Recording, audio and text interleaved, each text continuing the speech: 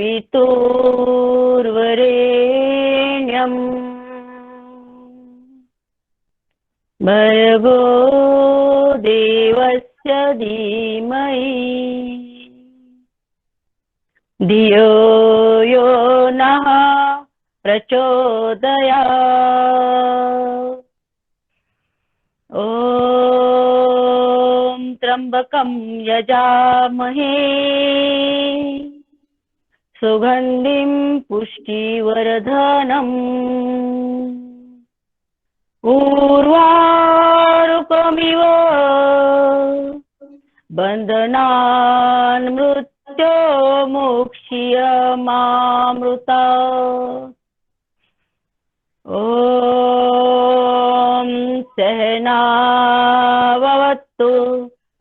सहनौ भुवतु सह वीर्यं करवावहै तेजस्विनावधीतमस्तु मा विद्विषावहै। ॐ असतो मा सद्गमय तमसो मा ज्योतिर्गमय मृत्योर्मा अमृतं गमय। ॐ शांति शांति शांति। ओम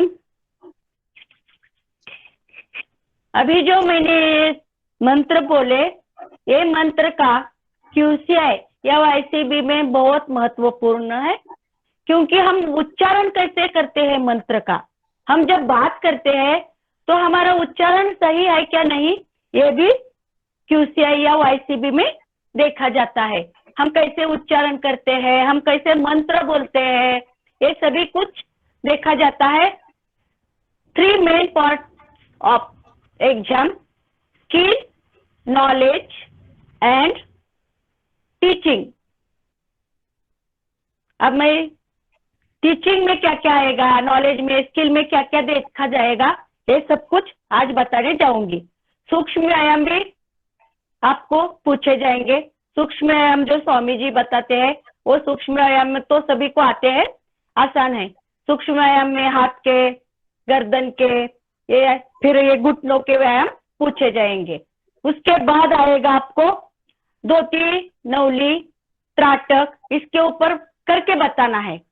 या फिर अगर आपको नहीं आता है तो आपको इसकी किसी के बारे में थोड़ी जानकारी देना है। नवली क्या है, त्राटक क्या है, धोती क्या है, धोती कितने प्रकार की है, ये सब कुछ पूछा जाएगा। उसके बाद आपको 15 ऑप्शंस दिए जाएंगे टीचिंग के लिए। 15 ऑप्शंस के मैं नाम लिखवाती हूँ, टाइम थोड़ा कम रहने से आज पूरा आप लिख लीजिए। आपको अष्टांग योग के बारे में पूछा जाएगा। नंबर 1 अष्टांग योग, नंबर 2 भक्ति योग, नंबर 3 कर्म योग, नंबर 4 ज्ञान योग, नंबर 5 मानवीय शरीर संस्था, नंबर 6 यौगिक आहार, नंबर 7 पंचकोश, नंबर 8 पंच क्लेश, नंबर 9 षड दर्शन, नंबर 10 षट क्रिया, नंबर 11 आदि शंकराचार्य के बारे में पूछा जाएगा। उसके बाद महर्षि पतंजलि के बारे में पूछा जाएगा। उसके बाद महर्षि अरविंद के बारे में पूछा जाएगा। उसके बाद स्वामी विवेकानंद। त्रिगुण, शरीर में त्रिगुण क्या क्या है, इसके बारे में भी पूछा जाएगा। और उसके बाद लास्ट का ऑप्शन है योग अंतराय, योग में आने वाली बाधाएं, इसको योग अंतराय, ये भी पूछा जाएगा।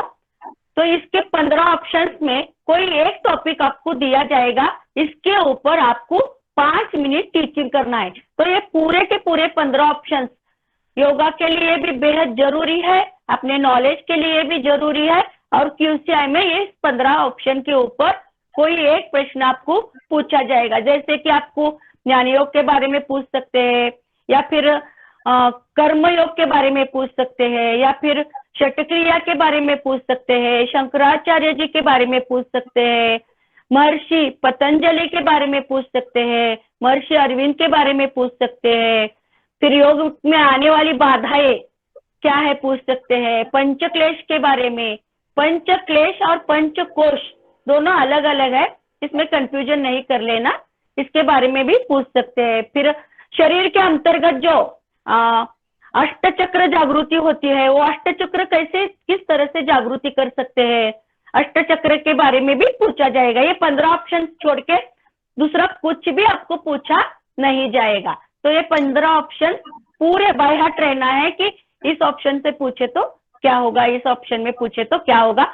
और अपनी बात जब हम QCI में करते हैं एग्जाम में, तो अपनी बात हम कॉन्फिडेंसली रखना है। हमारे चेहरे पर थोड़ा भी तनाव, थोड़ी भी घबराहट नहीं दिखना है, क्योंकि हमारा बॉडी लैंग्वेज सामने वाले कैच करते हैं कि हम कैसे बात करते हैं, हम कैसे दूसरों को प्रभावित कर सकते हैं, हमारे अंदर कितनी शक्तियां है, ये सब QCI में देखा जाता है। बॉडी लैंग्वेज इसमें बेहद महत्वपूर्ण है कि हम किस तरह से दूसरों को प्रभावित कर सकते हैं। ये बहुत मेन पार्ट रहेगा QCI का। बहुत ही अपने अंदर। उषा जी एक मिनट, थोड़ा स्लो में बात कीजिए, बहुत लोगों का हिंदी इतना फ्लुएंट नहीं है। और ये थोड़ा रिपीट कीजिए जो हमने आपने 15 ये चीजें बताई है ना, थोड़ा 5-5 करके रिपीट कीजिए, थोड़ा स्लो में, थोड़ा स्लो। जी ठीक है। अभी मैं आपको 15 ऑप्शंस देती हूँ जो बेहद QCI के लिए महत्वपूर्ण है, क्योंकि यही 15 ऑप्शंस कि आपको टीचिंग करनी है। ये टीचिंग के लिए आपको 5 मिनट दिया जाएगा, और 5 मिनट में आपको बीच में एक बार भी टोका नहीं जाएगा। आप क्या बोलते हो, कैसे बोलते हो, सिर्फ वो लोग कैच करेंगे आप में कॉन्फिडेंस कितना है, आप किस तरह से अपनी भाषा सामने वाले को आप प्रभावित कर सकते हो, या सामने वाले को आप किस तरह से अपने नॉलेज से उसको बता पाते हो। ये सभी कुछ बेहद महत्वपूर्ण है। चलिए मैं इसमें जो 15 टॉपिक आएंगे टीचिंग के वो बताते जाऊंगी। पहला टॉपिक आएगा अष्टांग योग। ओके, ಎಲ್ಲ ಬರ್ಕೊಳ್ಳಿ ಎಲ್ಲ अष्टांग योग मतलब 15 टॉपिक ही आएंगे, दूसरा कोई टॉपिक आपको आएगा ही नहीं। तो 15 टॉपिक आपको लिख ही लेना है ताकि आप इसका प्रिपरेशन कर सके। उसके बाद आएगा भक्ति योग।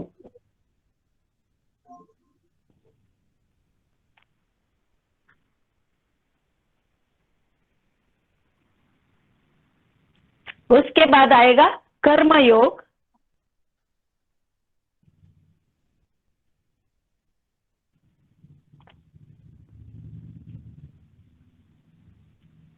उसके बाद आएगा ज्ञान योग।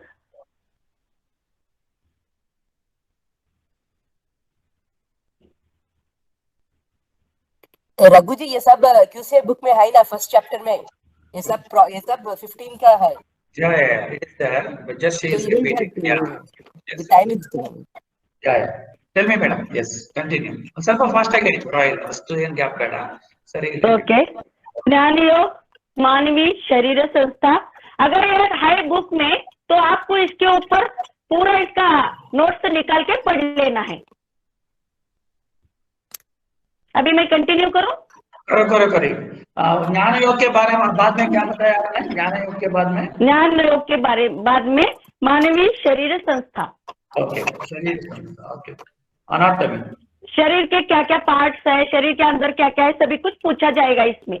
मानवीय शरीर संस्था के बाद यौगिक आहार, एक यौगिक आहार किस तरह से होना चाहिए। ठीक है। उसके बाद यौगिक आहार के बाद पंचक्लेश के बारे में पूछा जाएगा। पंचक्लेश कौन से है, उसके नाम क्या है, ये सब पूछा जाएगा। उसके बाद पंचकोश। उसके बाद आएगा षड दर्शन। षड दर्शन में कितने दर्शन है, इसमें किसने क्या क्या लिखा है, कौन से ऋषि का कौन सा दर्शन है, इस दर्शन में कितने कर्म है, और इसमें क्या क्या किस बारे में नॉलेज दिया गया है, षड दर्शन में पूछा जाएगा। उसके बाद षटक्रिया, षटक्रिया के बाद आएंगे ऑप्शंस, आदि शंकराचार्य जी के बारे में पूछा जाएगा, या फिर महर्षि पतंजलि के बारे में पूछा जाएगा, या फिर महर्षि अरविंद जी के बारे में पूछा जाएगा। उसके बाद स्वामी विवेकानंद जी के बारे में पूछा जाएगा। शरीर में त्रिगुण क्या है पूछा जाएगा। त्रिगुण वात पित्त कफ, ये त्रिगुण भी है और त्रिदोष भी है, इसके बारे में भी पूछा जाएगा। इसके बाद योग अंतराय, योग अंतराय क्या है, योग में आने वाली बाधाएं, ये सभी कुछ 15वां ऑप्शन है। और ये 15 ऑप्शन आपको दिए जाएंगे, किसी एक के ऊपर आपको 5 मिनट टीच करने के लिए बोला जाएगा, और वो लोग कुछ आपको टोकेंगे नहीं, आप क्या बोलते हो क्या नहीं बोलते हो, आप अपने अपने मन से पूरा 5 मिनट तक सामने वाले को टीच करना है और अपना नॉलेज दिखाना है। अगर हमको कुछ प्रश्न अगर पूछा जाएंगे, उसका आंसर भी हमको नहीं आता है, तो कॉन्फिडेंसली आप उसका आंसर का दूसरा ऑप्शन ले सकते हो, लेकिन ये 15 ऑप्शन छोड़ के दूसरा कुछ भी नहीं आएगा। ये बेहद महत्वपूर्ण है ये टीचिंग के लिए। उसके बाद आज मैं कुछ क्वेश्चन आंसर भी बताऊंगी जो QCI के पिछले सत्रों में भी पूछे गए हैं और आने वाले सत्र में भी पूछा जाएगा, लेकिन आपको क्वेश्चन थोड़ा टेस्ट करके आएगा। तो किस तरह के क्वेश्चंस आपको आएंगे इस बारे में मैं बताऊंगी आज, बेहद महत्वपूर्ण है, लिख ही लीजिए। इसी तरह से क्वेश्चंस आपको QCI में आएंगे। चलिए पहला क्वेश्चन है,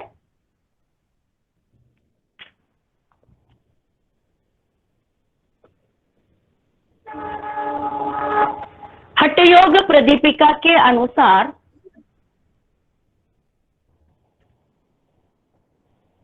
शुद्धि क्रिया का सही क्रम क्या है।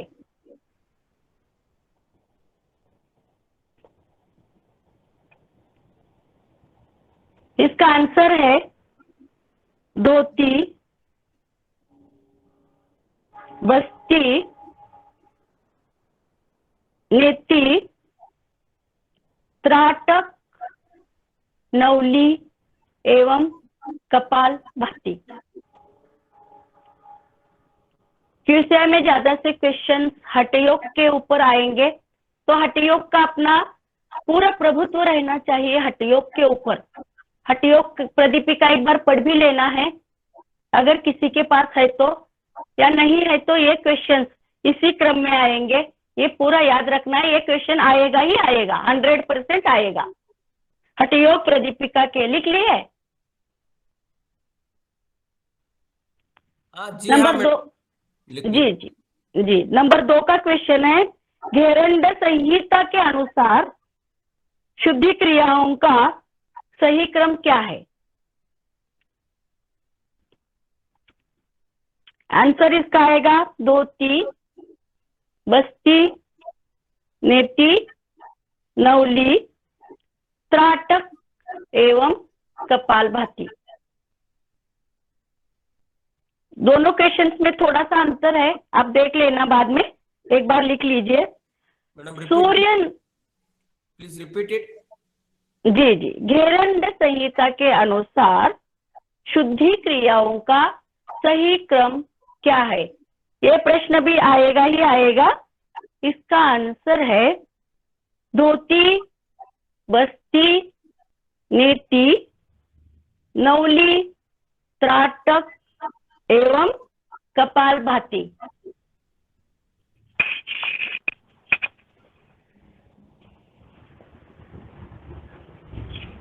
प्रश्न नंबर 3 लिख लीजिए थोड़ा सा। ये सभी प्रश्न आपको या तो रिकॉर्ड कर सकते हैं तो रिकॉर्ड कर लीजिए, लिख सकते हैं तो लिख लीजिए, क्योंकि यही क्वेश्चन आएंगे। मेरा अनुभव है कि यही क्वेश्चन के ऊपर आपको ट्विस्ट करके प्रश्न पूछा जाएगा, लेकिन इतना ही प्रिपरेशन करने से आपको पास होने की गारंटी ज्यादा है। सूर्य नमस्कार का वर्णन किन ग्रंथों में किया गया है? ये क्वेश्चन 100% आ सकता है। इसका उत्तर है सौर ग्रंथों में।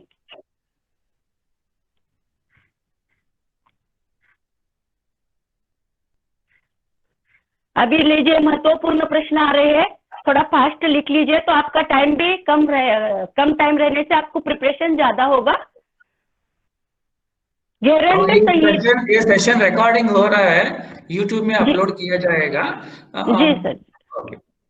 ओके, तो थोड़ा फास्ट बताए तो बाद में यूट्यूब से आपको, क्योंकि ये क्वेश्चंस आज के मैं बताने जा रही हूँ 90 क्वेश्चन और उसके आंसर जो QCI के लिए बेहद महत्वपूर्ण है और आएंगे ही आएंगे।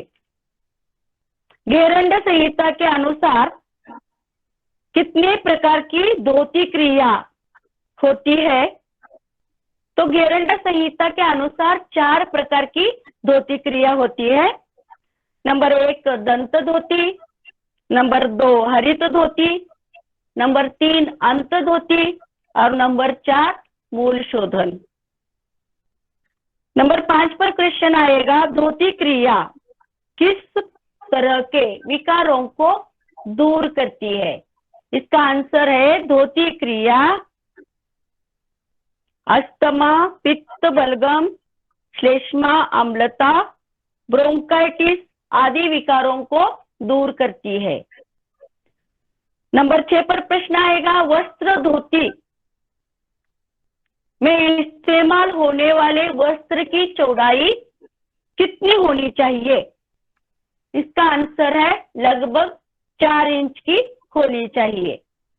नंबर 7 पर प्रश्न आएगा, हठयोग प्रदीपिका के अनुसार धोती क्रिया में कौन से 20 प्रकार के रोग ठीक होते हैं? इसमें आपको रोग गिनाने की जरूरत नहीं है, ओनली बोलना है कफजन्य रोग। धोती क्रिया से कफजन्य रोग ठीक होते हैं। 20 प्रकार के हैं, लेकिन सिर्फ बोलना है कफजन्य, जैसे कि अस्थमा वगैरह, ऐसे सब कुछ ठीक होते हैं। अंत धोती के कितने प्रकार है? अंत धोती के प्रकार है 4। नंबर 1 पर आएगा वातसार, नंबर 2 पर आएगा वारिसार, नंबर 3 पर आएगा अग्निसार, नंबर 4 पर आएगा बहिष्कृत। अब 9 नंबर के प्रश्न पर आएगा, दंत धोती के कितने प्रकार है? दंत धोती के प्रकार 4 है। दंतमूल, जिह्वामूल, कर्णरंध्र, कपाल रंध्र। इस प्रकार दंत धोती के 4 प्रकार। और एक बार रिपीट करती हूँ, नंबर 1 पर दंतमूल, नंबर 2 पर जिह्वामूल, नंबर 3 पर कर्णरंध्र और नंबर 4 पर कपाल रंध्र। क्वेश्चन नंबर 10 पर आएंगे, हरित धोती के कितने प्रकार है? इसका आंसर है हरित धोती के 3 प्रकार। नंबर 1 पर दंड धोती, नंबर 2 पर वमन धोती, नंबर 3 पर आएगी वस्त्र धोती। उसके बाद जी 1 मिनट, सभी लोग पूछ रहे हैं जो आपने लिखा है ना, वो सारे PDF करके, जैसा मतलब फोटो खींच के जी, ये PDF करके भी देखो दे दूंगी, लेकिन ये कुछ हस्तलिखित है जिसमें नॉलेज मैंने अपना, ये नोट्स है, ये लिखा हुआ है, सब कुछ नोट्स है मेरे। ठीक है जो मैंने 2-3 साल से नोट्स बनाए और मैंने पाया कि 1 नंबर 2 नंबर 3 नंबर लेवल पर देते देते मुझे पता चला कि क्या क्वेश्चंस आएंगे और क्या नहीं आएंगे। तो अच्छा। मैंने हस्तलिखित बनाया है, ये राइटिंग में है सब कुछ। हिंदी में है ना, हिंदी में है, मराठी में, हिंदी में है ना? हिंदी में, मैंने हिंदी में और इंग्लिश में दिया है, हिंदी में है ये पूरा। ठीक है, ठीक है, ये बताते जाऊंगी तो नॉलेज भी आएगा, ठीक है, ठीक और इसके बाद मैं भेजूंगी ये सब कुछ आपको। है, ठीक है जी, ठीक है जी। जी जी, क्योंकि ये सिर्फ पढ़ने से सिर्फ पता नहीं चलेगा, जब हम बोलते हैं तो पता चलेगा। ठीक चलिए, है। आज 90 क्वेश्चन पूरा कर देंगे, ये बहुत नहीं, महत्वपूर्ण। 90% नहीं हुआ था, थोड़ा हाफ कीजिए तो कोई प्रॉब्लम नहीं, मतलब जी 60 कर सकते हैं, कोई प्रॉब्लम नहीं। आप जी एक और दिन एक्सटेंड भी कर सकते हैं, कोई प्रॉब्लम जी नहीं। जी जी। तो धोती क्रिया बेहद महत्वपूर्ण है क्यूसीए में, इसके ऊपर आपको बहुत सारे प्रश्न, इसके धोती क्रिया क्यों महत्वपूर्ण है, तो इसके बहुत सारे प्रश्न क्यूसीए में पूछे जाते हैं, हठयोग में और घेरण संहिता के ये पूरे क्वेश्चंस आएंगे। तो धोती क्रिया बेहद महत्वपूर्ण है। चलो अभी मैं आती हूँ नंबर 10 के क्वेश्चन। हरित तो धोती के कितने प्रकार है, ये हो गए अभी। तो अभी नंबर 11 पर कपालभाति क्रिया के कितने प्रकार है। हम तो पतंजलि से कपालभाति एक ही क्रिया को करते हैं, लेकिन कपालभाति के कितने प्रकार है, ये हठयोग और घेरण संहिता में कपालभाति के भी प्रकार पूछे जाएंगे। तो कपालभाति के प्रकार है 3, वातक्रम, व्युतक्रम और शीतक्रम।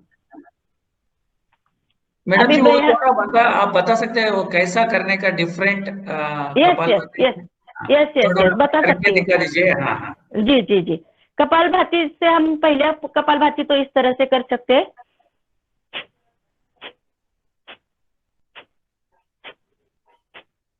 ये तो हम रेगुलरी कपालभाति के जैसा है, लेकिन वातक्रम और व्युतक्रम में, शीतक्रम में वो पानी से लेके करना है, पानी अंदर लेना है, वो थोड़ा बहुत हार्ड है, वो तो आपको पूछा नहीं जाएगा। कपालभाति में सिर्फ ये नॉर्मली कपालभाति ही पूछा जाएगा, इसमें इसका सिर्फ आपको बताने आना चाहिए, करने आने के लिए सिर्फ यही कपालभाति पूछेंगे इस तरह से, नॉर्मल कपालभाति। लेकिन बताने आना चाहिए। कपालभाति के 3 प्रकार है, वातक्रम, व्युतक्रम, शीतक्रम, ये बताने आना चाहिए।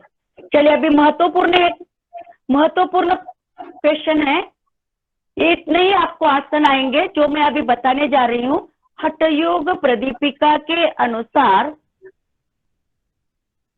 कितने आसनों का वर्णन मिलता है, इसका आंसर है 15 आसन है। हठयोग प्रदीपिका में 15 आसन। नंबर 1 स्वस्तिक आसन, नंबर 2 गोमुख आसन, नंबर 3 वीरासन, नंबर 4 कूर्मासन, नंबर 5 कुक्कुटासन, नंबर 6 पर आएगा उत्तान कूर्मासन, नंबर 7 पर आएगा धनुरासन, नंबर 8 पर आएगा मत्स्येंद्रासन, नंबर 9 पर आएगा पश्चिमोत्तानासन। मुझे पश्चिमोत्तानासन के बारे में ही पूछा गया था क्यूसीआई में, बहुत अच्छी तरह से मैंने करके दिखाया। मैडम, आपका पिक्चर नहीं आ रहा है, आपका पिक्चर नहीं आ रहा है, आपका आवाज सुन रहे हैं, पिक्चर नहीं आ रहा है। पिक्चर नहीं आ रहा है? हाँ, देखिए थोड़ा कैमरा ऑफ हो गया क्या? जी जी जी, देखती हूँ।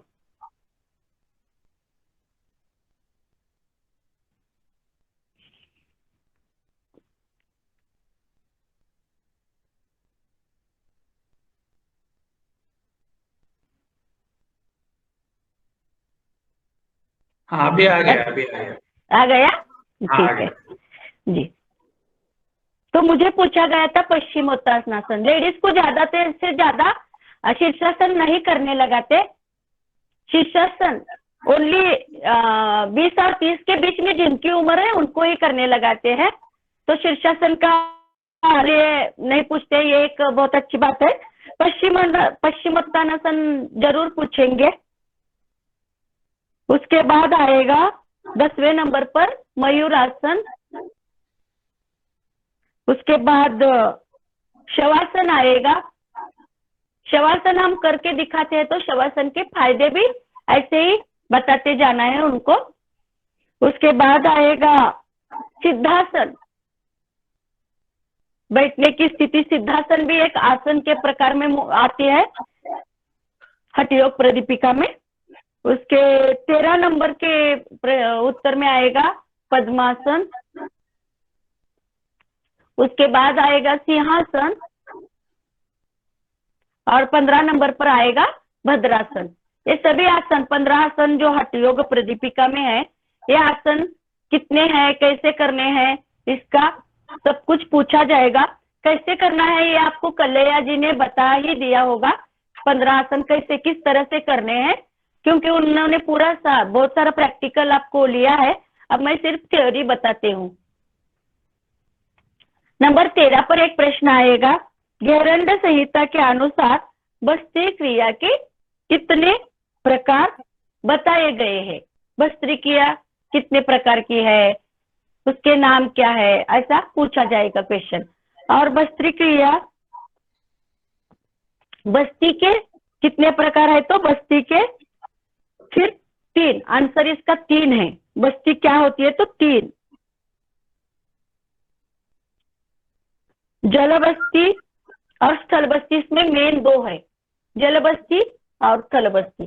जल बस्ती कैसे करना है, तो पानी में बैठना है, इतना एक टब लेके पानी में बैठना है। उसको वो लोग पूछेंगे जल बस्ती और स्थल बस्ती में कैसे करना है, तो ये आपको करके नहीं दिखाने लगाएंगे, सिर्फ बताना है आपको कि आपका नॉलेज कैसे है, आपको आता है क्या नहीं आता है, ये सिर्फ बताना है। जल बस्ती में पानी के टब में बैठ के पेट को इस तरह से आकुंचन करना है, प्रसारण करना है, आकुंचन करना है, प्रसारण करना है। पेट जैसे कि हम बाह्य प्राणायाम करते हैं उस तरह से खींच लेना है अंदर, उसके बाद ढीला छोड़ना है। अंदर खींच लेना है और ढीला छोड़ना है, इतना ही जल बस्ती। स्थल बस्ती में क्या है, स्थल बस्ती में पैर को लंबे करके बैठना है, इस तरह से पैर आगे लेके बैठ के दोनों पैर के अंगूठों को दोनों हाथ से इस तरह से पकड़ के पूरा तरह से पेट को अंदर सिकुड़ लेना है और छोड़ना है। ये स्थल बस्ती हो गई। जल बस्ती और स्थल बस्ती के लाभ बस्ती में आपको बताने आने चाहिए, जैसे कि वो पूछते हैं। अगर उन्होंने क्वेश्चन का आंसर सिर्फ नाम बताए बोले तो इतना ही बोलना है, और कैसे करके दिखाना है बोले तो ये बताने आना चाहिए। चलिए अभी नंबर 14 के प्रश्न के ऊपर आऊंगी। स्वामी सातवाराम के अनुसार आसन करने से क्या प्राप्त होता है, इसका उत्तर रहेगा नंबर 1 स्वास्थ्य, नंबर 2 स्थिरता और नंबर 3 हल्कापन। आसन करने से स्वास्थ्य, स्थिरता और हल्कापन आएगा। नंबर 15 के क्वेश्चन के ऊपर आती हूँ अभी। घेरंड संहिता और हठयोग प्रदीपिका में प्राणायाम के कितने प्रकार का वर्णन मिलता है। घेरंड संहिता और हठयोग प्रदीपिका में प्राणायाम का कितने प्रकार का वर्णन मिलता है, इसका उत्तर है 8 प्रकार का। घेरंड संहिता में भी 8 ही प्राणायाम है और हठयोग प्रदीपिका में भी 8 ही प्राणायाम है। घेरंड संहिता में जो प्राणायाम बताए गए हैं वो हठयोग प्रदीपिका में एक प्राणायाम दूसरा है, तो इसका क्या अंतर है आपको अभी समझ में आएगा। सबसे पहले घेरंड संहिता के प्राणायामों की संख्या बताती जाऊंगी। नंबर 1 पर आएगा सूर्य भेदी, नंबर 2 पर आएगा भस्त्रिका, नंबर 3 पर आएगा उज्जाई, नंबर 4 पर आएगा भ्रामरी, नंबर 5 पर आएगा शीतली, नंबर 6 पर आएगा मूर्छा प्राणायाम और नंबर 7 पर आएगा सहित प्राणायाम और नंबर 8 पर आएगा केवली प्राणायाम। अब इसका अंतर कैसे, किस तरह से आपको दिखाती हूँ। ये हो गए घेरंड संहिता के। अब हठयोग प्रदीपिका के भी 8 ही प्राणायाम है और क्रम इसी तरह से रहेगा। प्राणायामों की संख्या आगे पीछे नहीं करना है। जब हम क्वेश्चंस के आंसर लिखते हैं, जब हम QCI का एग्जाम लिखते हैं, तो प्राणायाम जिस तरह से जिस क्रम से बताए गए हैं उसी क्रम से आना है, उसी क्रम से उसको बोला जाता है, आगे पीछे नहीं करना है ये प्राणायामों की संख्या को। अब चलिए हठयोग प्रदीपिका के प्राणायाम बताते जाऊंगी। अंतर क्या है आपको समझ में आएगा अभी।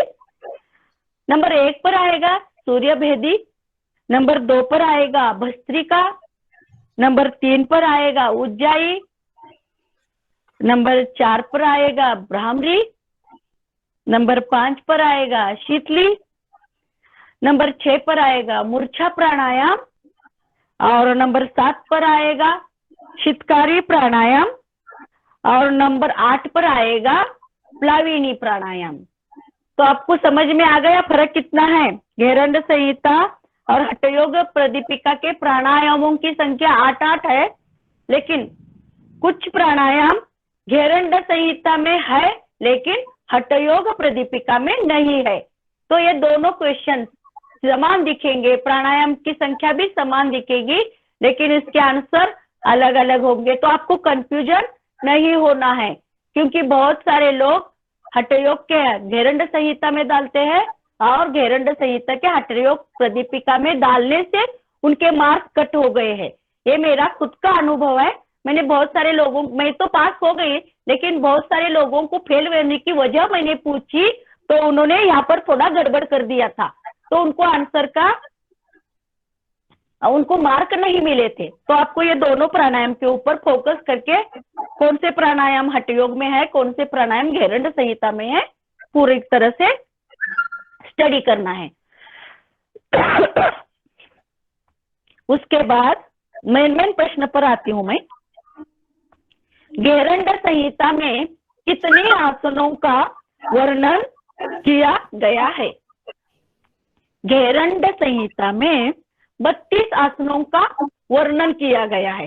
जैसे कि मैंने अभी बताया, हठयोग प्रदीपिका में 15 आसन का वर्णन किया गया है और घेरंड संहिता में 32 आसनों का वर्णन किया गया है। ये 32 आसन भी मैं आपको बताऊंगी बाद में।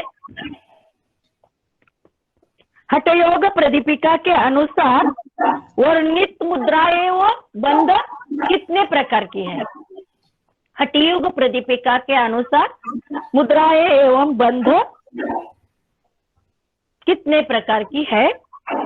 तो 10 प्रकार की है। इसको मुद्राएं भी कहते हैं और बंध भी कहते हैं।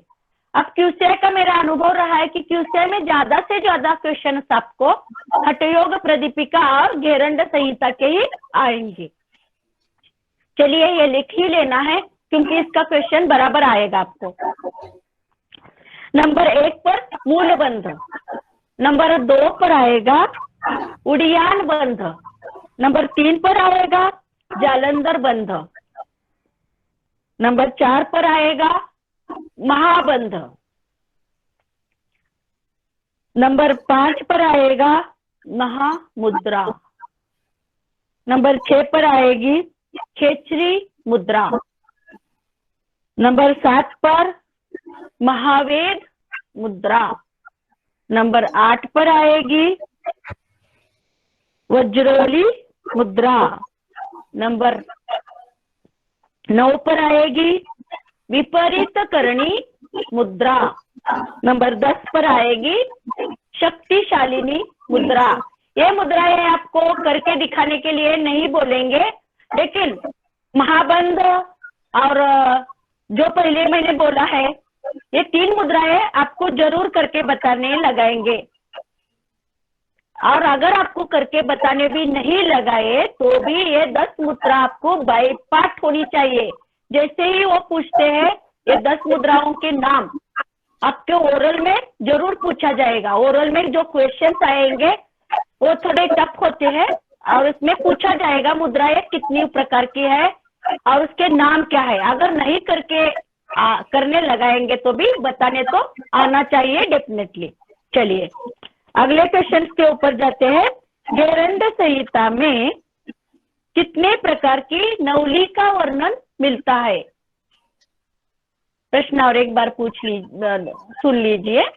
गेरंड संहिता में कितने प्रकार की नवली का वर्णन मिलता है? गेरंड संहिता में नवली 4 प्रकार की वर्णन है। इसका 1 नंबर पर आएगा मध्यम नवली, नंबर 2 पर आएगी वाम नवली, नंबर 3 पर आएगा भ्रमर नवली और नंबर 4 पर आएगा दक्षिण नवली और भ्रमर नवली। तो ये ज्यादातर ये क्वेश्चन तो जेंट्स के लिए आएगा, ये भ्रमर नवली, ये सभी नवली करके उनको पेट की क्रिया करके बतानी है।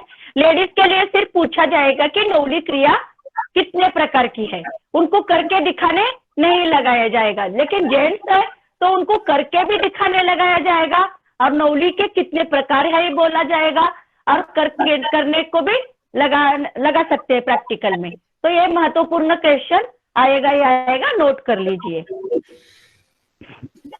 इसके बाद नवली क्रिया के क्या लाभ है? नवली क्रिया के लाभ सिर्फ तो पूछे जाएंगे कि क्या लाभ है होते हैं नवली क्रिया से, तो सिर्फ बताने आना चाहिए कि नवली क्रिया से पेट के समस्त रोगों का नाश होता है, इतना ही पूछा जाएगा। उसके बाद आपको प्रश्न आएगा, 23वां प्रश्न आता है, हठयोग प्रदीपिका के ग्रंथ में अध्ययनों का सही क्रम बताएंगे। हठयोग प्रदीपिका के 4 ग्रंथ है, आपके नॉलेज के लिए बताते जाऊंगी। 4 ग्रंथ है, बताने आना चाहिए। 4 ग्रंथों में सही ग्रंथ, 4 ग्रंथों नंबर 1 पर 2 पर ऐसा सभी 4 ग्रंथ के अलग अलग क्रम है। तो इसके नंबर 1 पर आएगा आसन, नंबर 2 पर आएगा प्राणायाम, नंबर 3 पर आएगा मुद्रा और नंबर 4 पर आएगा नादानुसंधान। तो आपको लगेगा कि आसन क्या है, प्राणायाम क्या है, ऐसे नहीं, इस ग्रंथों में इसका वर्णन मिलता है। नंबर 1 के घटयोग प्रदीपिका के नंबर 1 के ग्रंथ में पूरा का पूरा आसनों का वर्णन, नंबर 2 के प्राणायामों का वर्णन, नंबर 3 के जो ग्रंथ है उसमें सभी मुद्राओं का ज्ञान है। ये सभी ग्रंथ हमने पढ़े हैं। और उसके बाद 4 के ग्रंथ में आएगा नादानुसंधान क्या है। अगर आपको नादानुसंधान आपने कुछ भी नहीं पढ़ा है तो भी आपको बताने आना चाहिए, मैं आगे बताते जाऊंगी नादानुसंधान किस तरह से किस क्रम में है, लेकिन आप ये प्रश्न नोट कर लीजिए। उसके बाद गेरंड संहिता ग्रंथ के 7 अध्यायों का सही क्रम। गेरंड संहिता के 7 अध्याय इस प्रकार है। नंबर 1 षटकर्म, नंबर 2 आसन, नंबर 3 पर मुद्रा बंध, नंबर 4 पर प्रत्याहार, नंबर 5 पर प्राणायाम, नंबर 6 पर ध्यान और नंबर 7 पर समाधि। गेरंड संहिता के 7 ग्रंथों में ये सही क्रम है।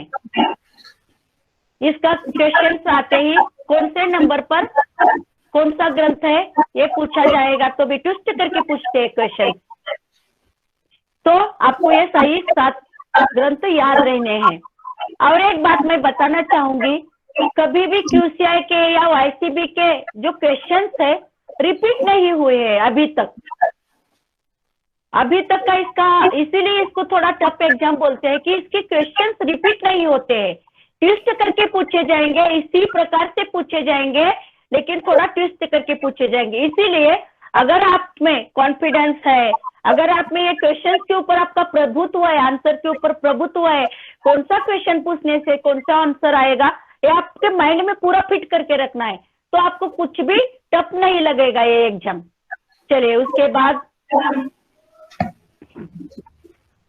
शंख प्रक्षालन पर आती हूँ मैं। शंख प्रक्षालन YCB के एग्जाम में शंख प्रक्षालन का बहुत क्वेश्चन आते ही है। शंख प्रक्षालन क्रिया के दौरान कौन से 5 आसनों का वर्णन किया जाता है? स्वामी जी भी बताते हैं और ये पतंजलि में भी है, और इसका शंकर प्रक्षालन के 5 आसनों के वर्णन है। ताड़ासन, नंबर 2 पर आएगा तिर्यक ताड़ासन, नंबर 3 पर आएगा तिर्यक भुजंगासन, नंबर 4 पर आएगा कटी चक्रासन, और नंबर 5 पर आएगा उदारकर्षासन। ये पांचों जो आसन है ये शंख प्रक्षालन के दौरान अपने को करने को लगाते हैं, और हमको बताने आना चाहिए और करने भी आना चाहिए। ये आसन लेडीज को भी पूछ सकते हैं और जेंट्स को भी पूछ सकते हैं, दोनों को पूछ सकते हैं। चलिए अभी मैं 27वां प्रश्न लेती हूँ। Madam please repeat madam. Repeat, okay. अभी सुन लीजिए, शंख प्रक्षालन क्रिया लेडीज को भी आती है और जेंट्स को भी पूछा जाता है ये किस तरह से करनी है, और इसके ऊपर मुझे लगता है 100% एक क्वेश्चन आएगा ही आएगा। तो इसके 5 ऑप्शन है। शंख प्रक्षालन जब कराते हैं, स्वामी जी भी कराते हैं, उसके आपको रोज रोज आपने देखा भी होगा, टीवी पर भी देखा होगा। इसके 5 ऑप्शन है। एक है ताड़ासन, उसके बाद आता है तिर्यक ताड़ासन, अभी नंबर 3 पर है तिर्यक भुजंगासन, और नंबर 4 पर आएगा कटी चक्रासन, और नंबर 5 पर आएगा उदारकर्षणासन। ये पांचों आसन आपको परफेक्टली आने चाहिए, क्योंकि इसमें एज लिमिट नहीं रखते। इसमें ये 5 आसन लेडीज को भी करने लगाते हैं और जेंट्स को भी करने लगाते शंख प्रक्षालन के दौरान। और शंख प्रक्षालन के दौरान तो ये आसनों का सही क्रम में आने चाहिए, हमको बताने आने चाहिए सामने वाले। अगर हमको ओरल में ये प्रश्न पूछा जाता है तो अपने मन से कुछ नहीं बोलना है, जो पूछा जाता है उतना ही हमको आंसर देना है। अपना ज्यादा नॉलेज भी नहीं दिखाना है, क्योंकि हम ज्यादा QCI में अगर हम ज्यादा नॉलेज दिखाते हैं तो हमको उलझाए रखते हैं, ज्यादा से ज्यादा क्वेश्चन पूछना चालू करते हैं हमारा नॉलेज जानने के लिए। तो हमको देखना है कि कितने क्वेश्चन पूछे जाते हैं, जितना नॉलेज हमसे पूछा जाता है सिर्फ उसी में ही हम ध्यान देके संक्षिप्त से उत्तर देना है, और वो भी कॉन्फिडेंस के साथ। चलिए अभी मैं दूसरा प्रश्न लेती हूँ। नंबर 27 का प्रश्न ले लीजिए। वमन धोती क्रिया के कितने प्रकार है? वमन धोती क्रिया के 3 प्रकार, 2 प्रकार तो इधर दिए हैं, तीसरा प्रकार नहीं है, लेकिन QCI में 2 ही प्रकार बताए जाएंगे। वमन धोती क्रिया के 2 प्रकार है। नंबर 1 कुंजल क्रिया, और नंबर 2 व्याघ्रा क्रिया। ये कुंजल क्रिया क्या है, ये व्याघ्रा क्रिया क्या है, अभी कुछ लोगों को नहीं पता, उनको थोड़ा कंफ्यूज हो रहा होगा, लेकिन आते आते आपको पता चलेगा। कुंजल क्रिया और व्याघ्रा क्रिया नॉलेज में रख लीजिए। ये धोती क्रिया के प्रकार है। कुंजल क्रिया के लाभ, कुंजल क्रिया से हमारे पेट में जो पित्त और आम्लता बढ़ती है ना, तो इसमें कुंजल क्रिया करने से लाभ होता है। ये सब बताने आना चाहिए आपको। और व्याघ्रा क्रिया शरीर के अपचित भोजन, जो शरीर में भोजन तो हम करते हैं लेकिन जिसका पाचन नहीं हुआ, ऐसा भोजन बाहर निकाला जाता है, उसी को ही व्याघ्रा क्रिया कहते हैं। आपको फर्क पता चल गया कुंजल क्रिया और व्याघ्रा क्रिया की? कुंजल क्रिया क्या है, व्याघ्रा क्रिया क्या है, दोनों अलग अलग बताने आने चाहिए, पूछा जाएगा ये प्रश्न। चलिए उसके बाद गेरंड संहिता नंबर 30 का प्रश्न लेती हूँ मैं। गेरंड संहिता के अनुसार वस्त्र धोती क्रिया की लंबाई और चौड़ाई कितनी होनी चाहिए? तो चौड़ाई होनी चाहिए 8 से 10 सेंटीमीटर, 8 से 10 सेंटीमीटर, और लंबाई होनी चाहिए 6 से 8 मीटर। लेकिन 6 मीटर ही लेना ज्यादा उचित होगा गेरंड संहिता के लिए। चलिए मैं 31 का प्रश्न लेती हूँ। जल बस्ती और स्थल बस्ती क्रिया के दौरान शरीर में कौन से आसनों का प्रयोग किया जाता है? मैं जैसे जैसे प्रश्न पत्रिका आगे बढ़ाते जाऊंगी आपको पूरा नॉलेज आता जाएगा, इसीलिए कोई कंफ्यूजन अपने मन में नहीं रखना है, क्योंकि इसके आंसर्स आगे आगे आते जाएंगे तो आपको नॉलेज बढ़ता जाएगा। जल बस्ती और स्थल बस्ती में कौन से आसनों का प्रयोग किया जाता है? तो जल बस्ती में उत्कट आसन का प्रयोग किया जाता है और स्थल बस्ती में पश्चिमोत्तानासन का प्रयोग किया जाता है। हमारे योगाचार्य जी हमेशा उत्कटासन करते हैं, ऐसा पैर दोनों नीचे रख के, ये सभी ने देखा होगा, तो आपको उत्कटासन का पता है ही है। चलिए उसके बाद आपको प्रश्न आएगा, जलबस्ती क्रिया का अभ्यास प्रतिदिन करना चाहिए क्या? इसका आंसर होगा नहीं, जलबस्ती का अभ्यास प्रतिदिन नहीं करना चाहिए। उसके बाद सूत्र नीति का अभ्यास प्रतिदिन करना चाहिए क्या? नहीं, इसका भी अभ्यास प्रतिदिन नहीं करना चाहिए। नवली क्रिया किस नाम से जानी जाती है? किसी को प्रश्न का उत्तर बताने आएगा? नवली क्रिया किस अन्य नाम से भी जानी जाती है? तो नवली क्रिया यस बराबर नवली क्रिया का दूसरा नाम है लवलीकी। यस। उसके बाद नवली क्रिया का अभ्यास किसको नहीं करना चाहिए? अब जिसको हर्निया है, पेट के कुछ रोग है, हर्निया, पेल्टिक अल्सर, उच्च रक्तचाप और दिल संबंधी जिनको भी बीमारियां हैं, उनको नवली क्रिया का अभ्यास नहीं करना चाहिए। उसके बाद पतंजलि योग सूत्र के अनुसार प्राणायाम का वर्णन मिलता है। कितने प्राणायामों का वर्णन मिलता है? 4 प्रकार के। एक है बाह्य प्राणायाम, 2 है अभ्यंतर वृत्ति प्राणायाम, 3 है स्तंभ वृत्ति प्राणायाम और 4 है बाह्य विषयापेक्षी प्राणायाम। बाह्य विषयाक्षेपी प्राणायाम 4। उसके बाद 37 नंबर पर प्रश्न आपका आ रहा है, त्राटक क्रिया के कितने प्रकार है? त्राटक क्रिया के 3 प्रकार है। त्राटक क्रिया 3 प्रकार की बताई गई है इसमें। नंबर 1 पर आएगा अंतःत्राटक, नंबर 2 पर आएगा बहिर्त्राटक और नंबर 3 पर आएगा अधो त्राटक। अगर आपको त्राटक क्रिया करने भी नहीं बताएंगे तो भी आपको बतानी आनी चाहिए कि त्राटक क्रिया 3 प्रकार की होती है और किस तरह से करनी है, ये आपको बताने आना ही जरूरी है।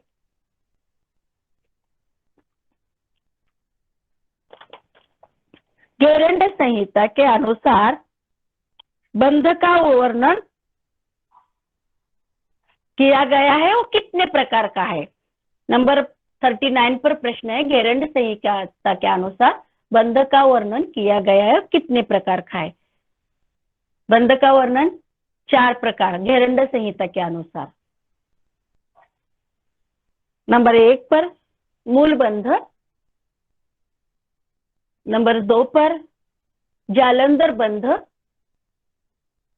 नंबर 3 पर उड़ियान बंध और नंबर 4 पर महाबंध। ये तीनों बंधों का मिला के जब हम बंध लगाते हैं उसी को ही महाबंध बोलते हैं। ये आपको बताने आना है।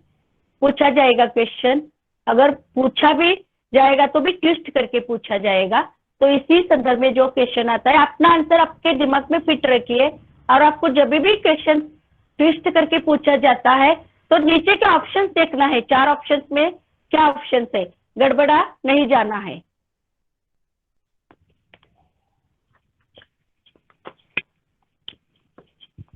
मेरा आवाज आ रहा है? आवाज आ रहा है लेकिन आपका पिक्चर नहीं आ रहा है। ओके सर जी, पता नहीं क्यों। यार ಇದು ವರ್ಷಕ್ಕೆ ಫೈನಾನ್ಷಿಯಲ್ ಸರ್ವಿಸಸ್ ಅಂತ ಆಫ್ जी ಮಾಡ್ಬಿಟ್ಟಿದ್ದೀವಿ ವಿಡಿಯೋ। जी, अभी आ रहा है मेरा पिक्चर? हाँ हाँ आ रहा है। जी जी जी, अभी मैं अभी महत्वपूर्ण क्वेश्चन ही लेती हूँ आज, उसके बाद देखा जाएगा। कपालभाति का वर्णन किस ग्रंथ में मिलता है? कपालभाति को पहले क्या बोलते थे? भालभाति। कपालभाति का दूसरा नाम भालभाति भी है, और किस ग्रंथों में इसका वर्णन मिलता है? तो कपालभाति का वर्णन घेरंड संहिता में भालभाति के नाम से मिलता है। अब भी हम कपालभाति बोलते हैं, लेकिन घेरंड संहिता में उसको पहले भालभाति बोला जाता था। तो इसका नाम लिखना है कि घेरंड संहिता। भगवत गीता में, अभी मैं एक भगवत गीता का आपको श्लोक बताती हूँ। ये श्लोक कल के लिए लेंगे, ये श्लोक थोड़ा सा डिफिकल्ट है। चलिए दूसरा प्रश्न लेंगे। महर्षि पतंजलि के अनुसार योग की क्या परिभाषा है? सभी को आएगा ये प्रश्न, मुझे लगता है सभी को आता होगा, फिर भी मैं बताती हूँ। योग चित्त वृत्ति निरोधाय। महर्षि पतंजलि के अनुसार योग चित्त वृत्ति निरोधाय, ये योग की परिभाषा थी। सूर्य नमस्कार का, अभी मैं आपको महत्वपूर्ण प्रश्न बताते जाऊंगी। सूर्य नमस्कार, सूर्य नमस्कार के क्वेश्चंस आपको 100% आएगा YCB एग्जाम में। तो इसके क्रम, सूर्य नमस्कार के 12 नाम, और जब हम सूर्य नमस्कार करते हैं कौन सी स्थिति में कौन से चक्र पर हमारा ध्यान रहना है, ये भी पूछा जाएगा। उसके बाद सूर्य नमस्कार के क्रम के अनुसार ही आपको याद रखना है, आगे पीछे क्रम नहीं करना है। इसमें जो नंबर पर, 1 नंबर पर कौन सा, 2 नंबर पर कौन सा, 3 नंबर पर कौन सा, 4 नंबर पर कौन सा, इसके पूरे के पूरे 12 बाई हार्ट रहना है। 5वें नंबर पर कौन सा आएगा, 6ठे नंबर पर कौन सा आएगा, ये क्वेश्चन 100% आपको बताया जाएगा। सूर्य नमस्कार के 12 नाम आते हैं ना सभी को? हाँ जी। हाँ yes, तो आपको यस ना, तो ठीक है, आपको लिखवाने की जरूरत नहीं है, लेकिन ये क्वेश्चन आपको 100% आएगा कि सूर्य नमस्कार के 5वें नंबर पर कौन सा आएगा, बता दीजिए। खगाय नमः। सूर्य नमस्कार का 5वें नंबर पर खगाय नमः। जी, खगाय नमः। भूधरासना। जी, भूधरासना। भूद्रासना। और इसका कौन से? नहीं, ओम खगाय नमः 5वें नंबर पर आएगा, लेकिन इसमें जब हम करते हैं तो हमारा कौन से चक्र पर ध्यान रहना, ये भी पूछा जाएगा। सूर्य नमस्कार की कौन सी स्थिति में कौन से चक्र पर शरीर का, हम जब आप झुकते हैं, पर्वतासन करते हैं, तो हमारा ध्यान कौन से चक्र पर रहना चाहिए, इसके ऊपर भी क्वेश्चन पूछा जाएगा। तो आपको ये सब बाय हार्ट ही करके रखना है। सभी 12 के 12 नेम बताने की जरूरत नहीं है ना? नहीं। ठीक है, चलिए अभी नेक्स्ट क्वेश्चन लेती हूँ। सूर्य नमस्कार के अभ्यास के दौरान कितने आसन होते हैं हमारे? 7 आसन। नहीं, 6 आसन बोला गया है हमको तो QCI में।